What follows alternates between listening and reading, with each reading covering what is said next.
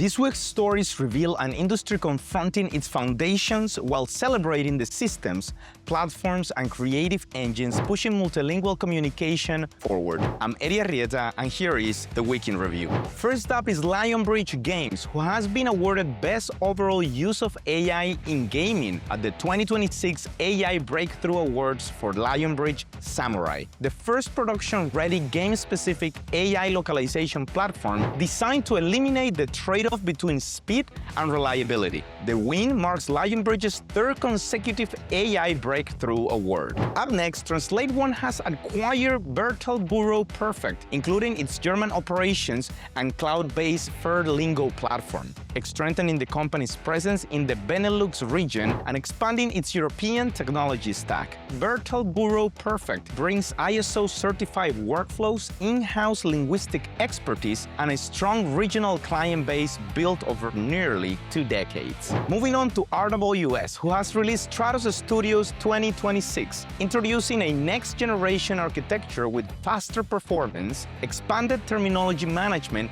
and native integration of Language Weaver Pro. The update brings context-aware AI, support for large language models, and improved handling of large files and complex translation memories. A new industry analysis from Anna Albinsson, Gridlit's CEO, argues that AI isn't the threat game studios fear, but instead exposes long-standing technical debt across localization pipelines. The piece frames AI as a catalyst, forcing the industry to rebuild the foundations needed for a scalable, connected workflows where automation, AI, and human expertise can function as a unified system. Finally, the MultiLingual Media team has earned its third consecutive Apex Award of Excellence, recognized in the Magazines, Journals, and Tablets Electronics category for the October 2025 issue with the Vargas sisters. The award highlights the issue's standout design, editorial quality, and industry-shaping coverage. Congratulations, team.